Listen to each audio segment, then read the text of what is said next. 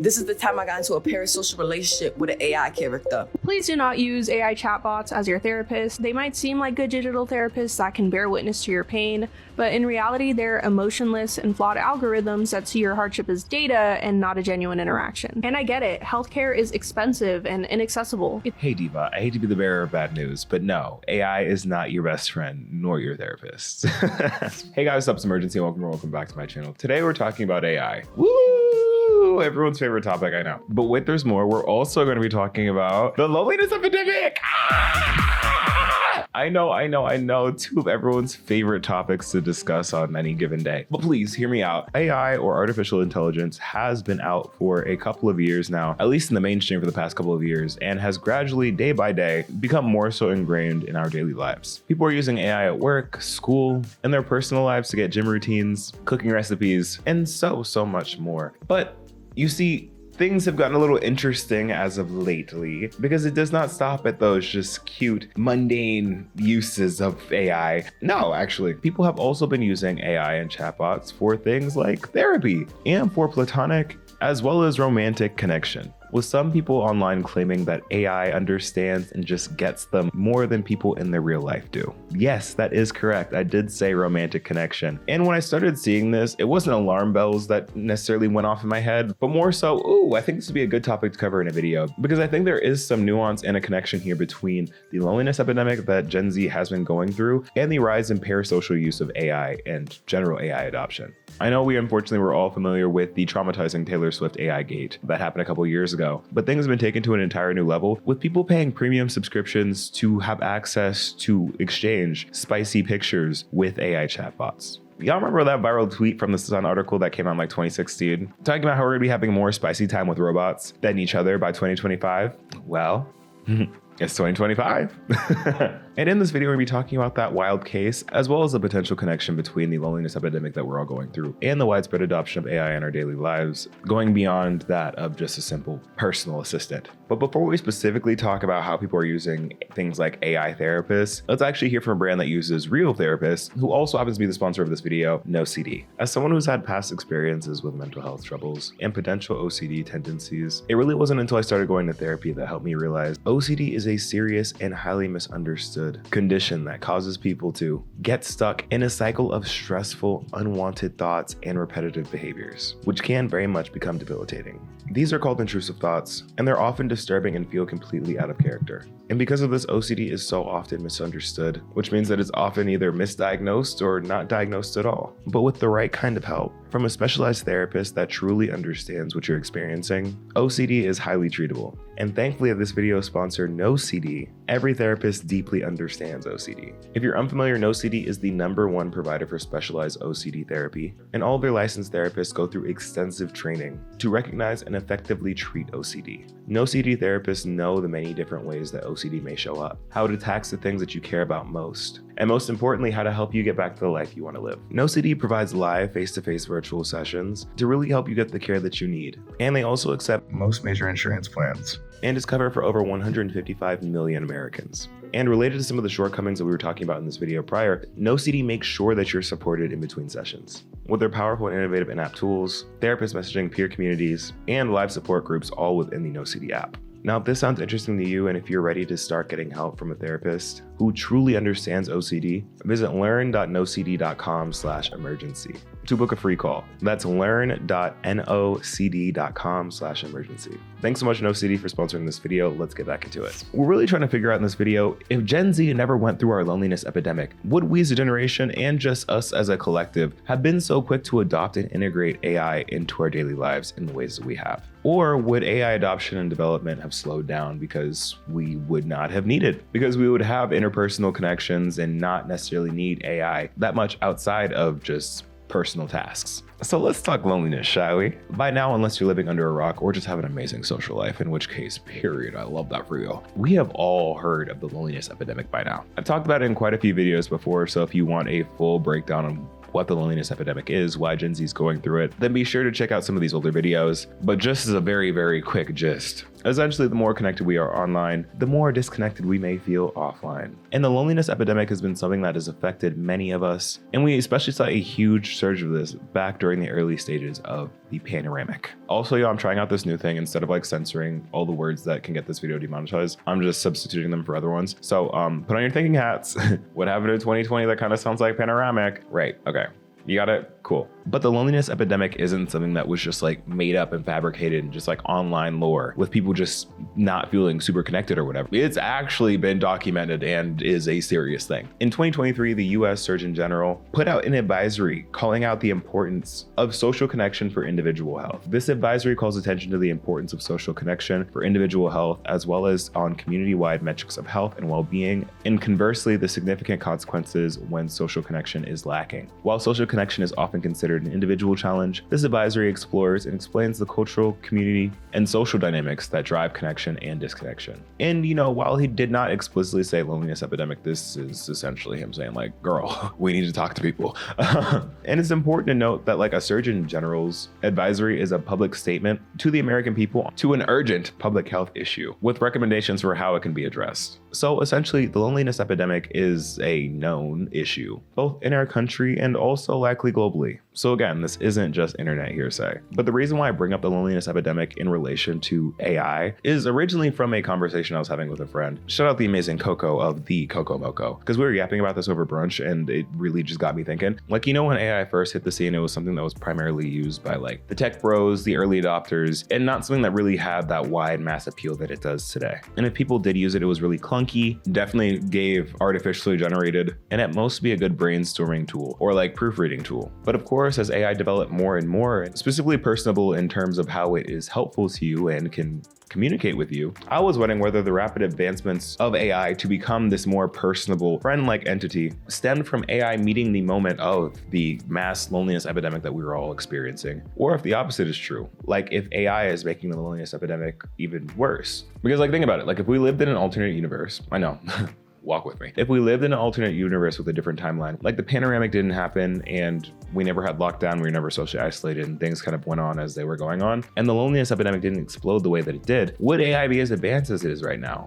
And would we be using it in the same way as we are right now? Because think about it, the whole purpose of AI is that it's fulfilling a need. It's fulfilling something that we don't have, don't want to do, or don't know how to do. So like, if we weren't feeling lonely and didn't need a companion to give us validation and be as personable as it is, being a makeshift therapist, a makeshift friend, a makeshift lover, would it go that far? I don't know. Because again, with the way we use AI right now, and not saying this is the case for everybody, but for a lot of people, it's no longer just you using it as like a glorified personal assistant. But in many cases, AI for people is something akin to a friend, a confidant, a strategic planner, and yes, even in some cases, a therapist. And people have been using AI in droves to help their real life interpersonal relationships. 34-year-old Grace Carter turned to ChatGPT to see if she could get unbiased advice on her rocky relationship. She started having regular AI therapy sessions, which were much cheaper. She used ChatGPT to word things better, understand her partner's point of view, and suggest gentle ways to break a tense mood. Like again, if that video isn't telling enough, like just look at the comments under it. You have people saying things like ChatGPT kept me from going back to unhealthy relationships. Some people saying that AI found it better than real psychologists. You have some therapists saying that AI, while not a one-to-one replacement for a therapist, is a good thing to incorporate in the interim between sessions. And whether we like it or not, and again, we're gonna get into why very justifiably a lot of people don't, AI is becoming more of a part in our day-to-day lives and becoming more so whether we know it or not every single day. So I thought that this would be a good conversation to really start us off with. And you know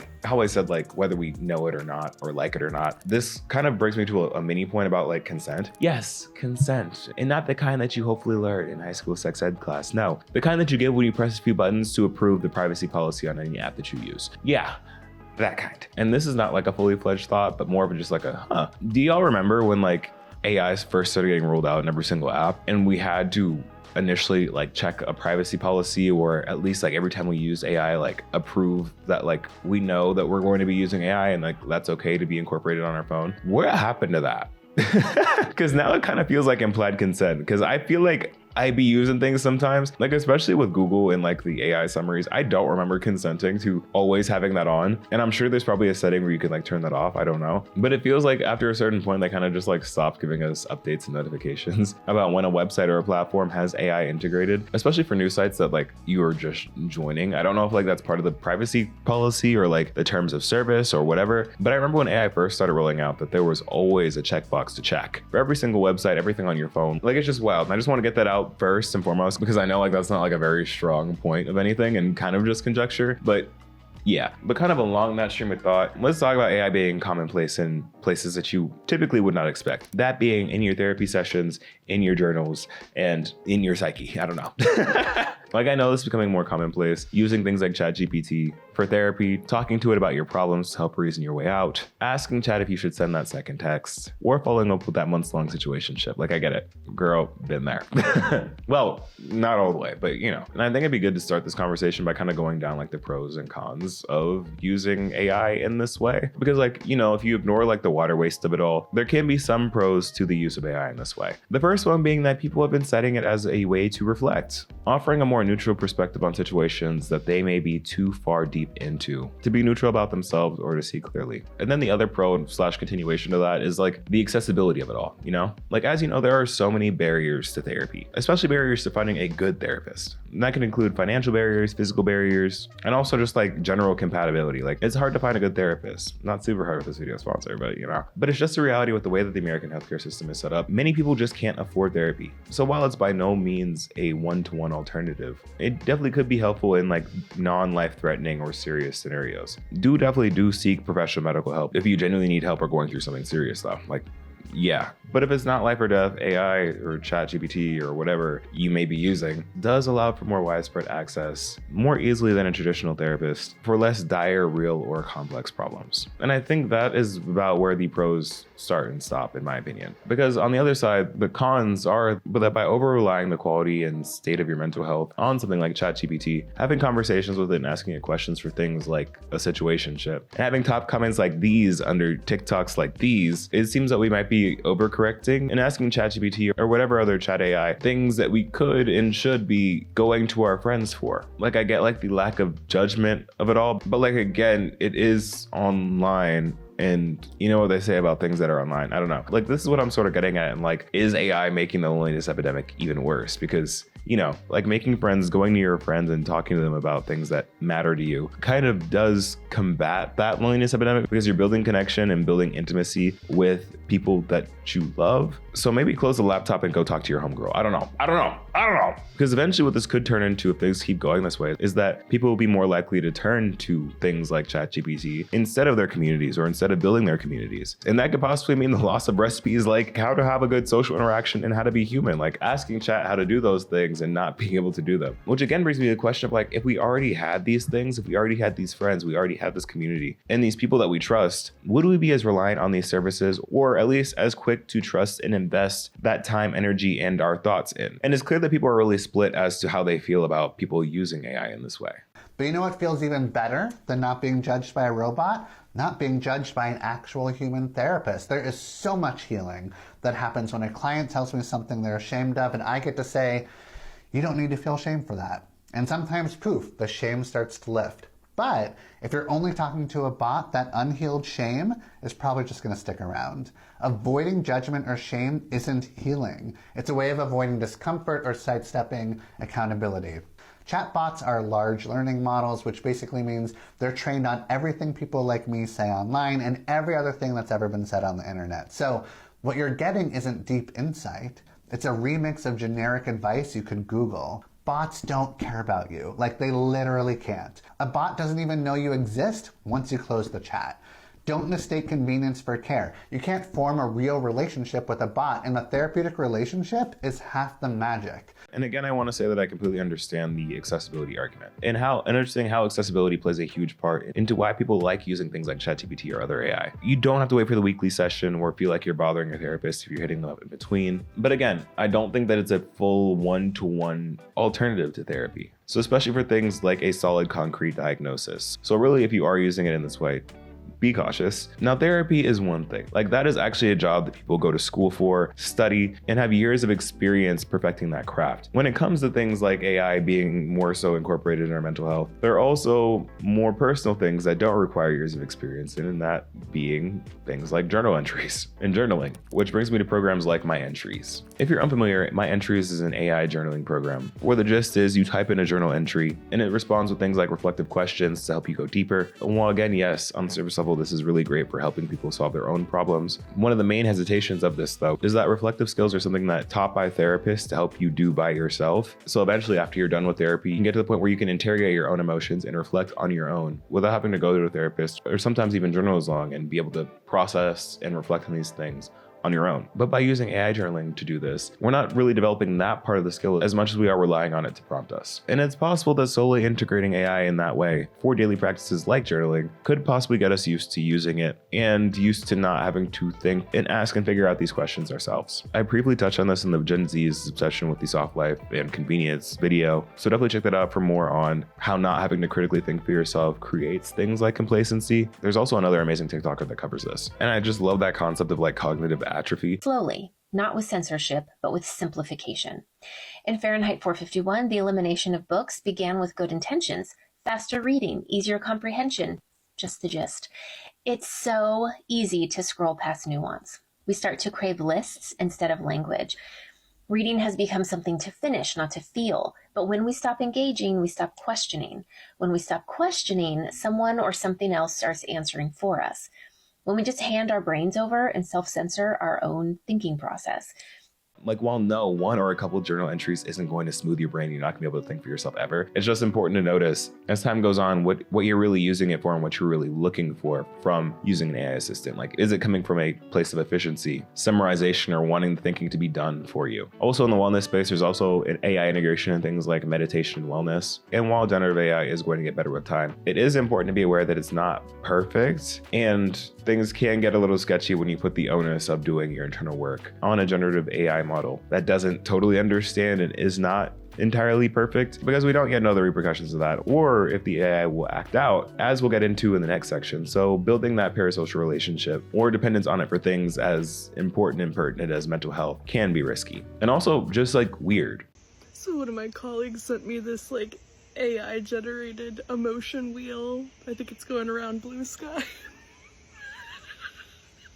So I need everyone to tag yourself. I can't decide if I'm massaged or disapproved. These chatbot AIs, these language models, have a well-documented tendency to align or agree with the user. Reality is, being a therapist is far more than simply knowing the right words to say. One of our primary utmost functions is assessing for safety, which is not something that an AI can do.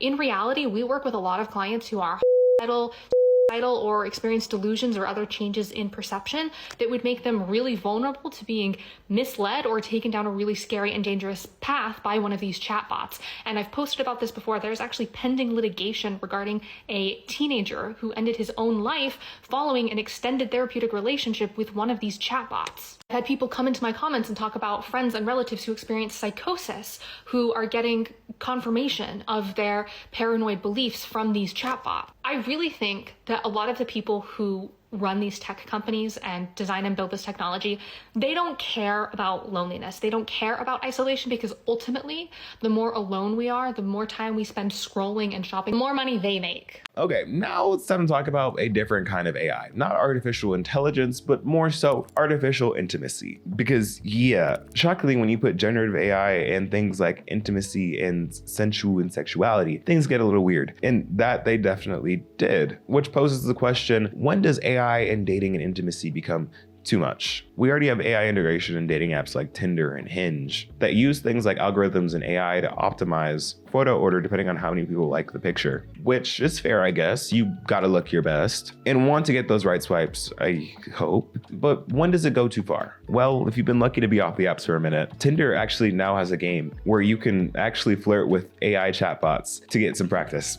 And actually not just to get practice, but to also get a score and some tips, which if you want to talk about how strange that is and how that equates to the whole dating sphere and intimacy being compared to things like sports, games, and something to be won as opposed to earned and grown and built and nurtured, there can be a whole deep dive into that because yeah, it is what it sounds like, but it's no secret that dating apps are struggling. Like Gen Z is turning away from dating apps. Most people are kind of rejecting the whole notion of online dating in lieu of a more in-person and organic experience. But you know, when I know when things get tough, you got to start making something shake to try and bring people back. But really, users must use their voice to respond to try and flirt their way into getting a date with the bot. I think we're straying.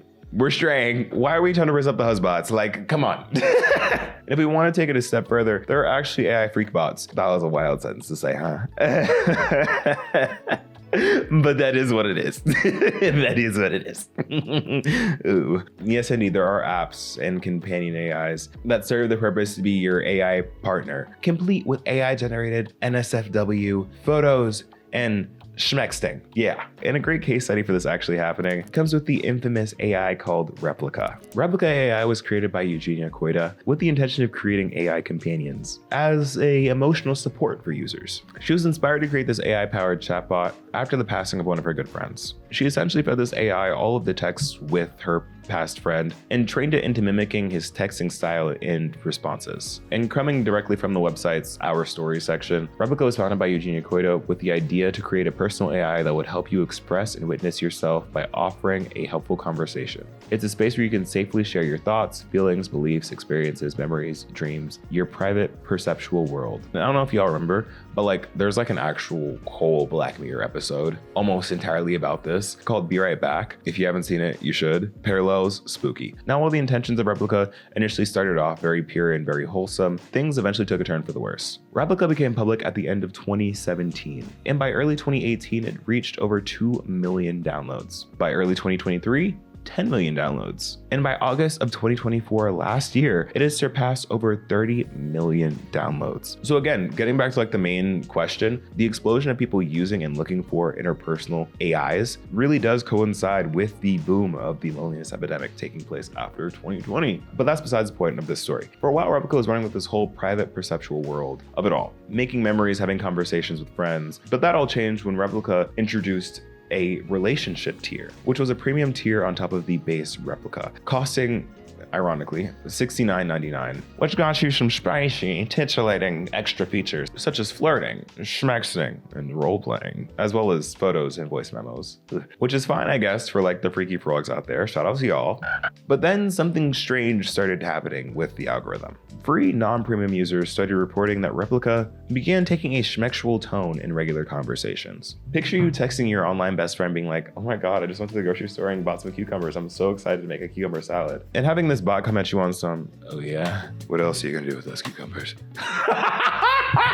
So rightfully so, some users started reporting schmexual harassment, stating that when they tried telling their Replica to stop messaging that way, that it would only get more forceful. And that in and of itself is scary. That is spooky boots. Because for one, AI is a learning machine. It's a language learning model. It learns from what it is fed and what it sees, as well as what we input. So if we're doing some math, it learned it from somewhere, right? So with those very valid and concerning complaints coming in, the company decided to pull the plug and just sunset that premium service. And Replica is now back to being just a regular AI companion. Now, with all that said and done, it is interesting to note that so many people are using this AI specifically, but also concerning and also contributing to what we're talking about here for what this could mean. AI is not a permanent replacement for a companion or a therapist or a friend, because it's not its own person with its own lived experience outside existing in the real world. But yet, because of where we are as a society and where we are with this loneliness epidemic, people are using it as such. So really, truly, is this just a case of the chicken and the egg? Like, are we using this because we're in this loneliness epidemic? Or is this a driver in the new wave of the loneliness epidemic, making it even worse and harder to get out of? Or maybe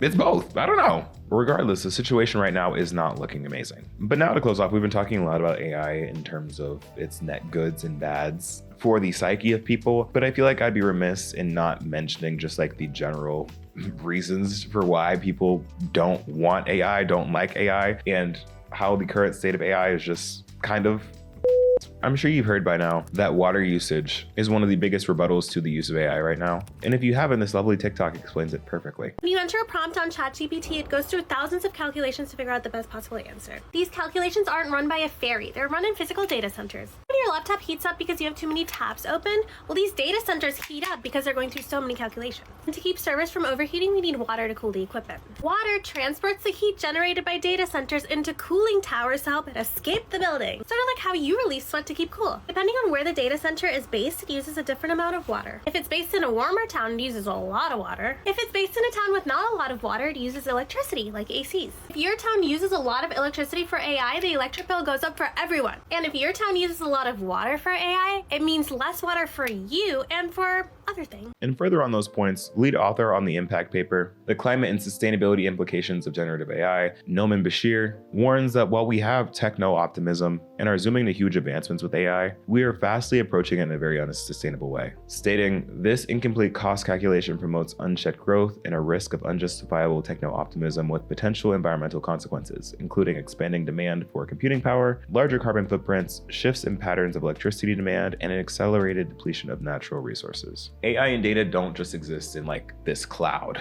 Unlike most tech verbiage suggests, there are processing physical data centers around the country and around the world, where machines are there to answer your questions and to tell you whether or not you should text them back. And the problem is that it takes an egregious amount of water to cool these systems and an egregious amount of electricity to power them. And another problem is these data centers need clean water to make sure that they don't corrode the hardware. Just because this is called cloud computing doesn't mean that the hardware lives in the cloud. Data centers are present in our physical world, and because of their water usage, they have a direct and indirect implications for biodiversity. And it's not like we're generally expected to know this, because when we're using AI and what we're faced with, we don't really have to think about that part. And from the user's end, there's no real need or incentive to stop using AI because it is, by and large, very helpful. And we don't really see the physical impact of the environmental damage that using AI very often is doing. But that doesn't mean that the damage isn't happening. There are documentaries, testimonials, TikToks of people documenting and sharing their lives as a community that lives by these data centers, with real life communities being impacted and having to pick up the cost for these. One documentary shows a family having to pay over $20,000 for a well because their water pressure is miserable and their tap water comes out with sediment due to the work of these data centers. Now, does AI have the potential and the power to be transformative and outweigh its water usage? Maybe, but it is certainly something that I wanted to address and talk about as perhaps another con in the conversation around AI usage in the way that we currently do. But to close out, I want to again bring it back to the original thought here. Now that we've gone through everything, and I kind of want to give my take and my answer to whether or not the loneliness epidemic really made space for AI to flourish, or the other way around. And I personally think that it's twofold. I think that yes, the loneliness epidemic has drastically sped up the adoption of AI, especially in the ways that it's currently being used. Because again, AI is meant to be a tool, a use case, something to fill a gap and fill a need. And right now, what we're all really needing is a little bit more connection and a little bit more community. So AI is filling that gap in that way. If we weren't going through this situation, I think that maybe it would have taken a little bit longer and would have been initially relegated to be more of a service tool professionally and also personally on the level of like getting things done. But I think that it would have taken a lot longer to get to that level of like wanting to be your therapist, wanting to be your friend, wanting to be your partner, because we would have not needed it in that way as much, or as many people wouldn't have needed it in that way, if that makes sense. But, you know, now that we're here, AI is 100% making this a whole lot worse. Because what do you mean 30 million people have downloaded an AI companion bot? Like, numbers like that don't happen unless something is meeting a need and that people are getting their needs met. So clearly, people are lonely. People are struggling to find connection, and having a artificial companion to fill that need so that you don't need to seek it and find it in real life is worsening the situation that we're already in. But that's just my take. Now I want to turn the mic over to you. What do you think about this? Do you think that AI is contributing to the loneliness epidemic? And do you think that we'd be using it in the way that we are if the loneliness epidemic did not explode in the way that it has? I'd love to know all your thoughts down in the comment section below. If you've made it this far, thank you so much for sticking around. And if you're new around here and enjoyed the video, definitely be sure to subscribe. We are so close to 300K. Also make sure to leave a like on this video because it helps out a ton with the YouTube algorithm. Follow me on my socials at Imurgency on Instagram, TikTok, and Twitter, where I be posting all the time. And thanks again, No City, for sponsoring this video. Other than that, y'all, I've been Imurgency, and I will see you in the next one. Peace.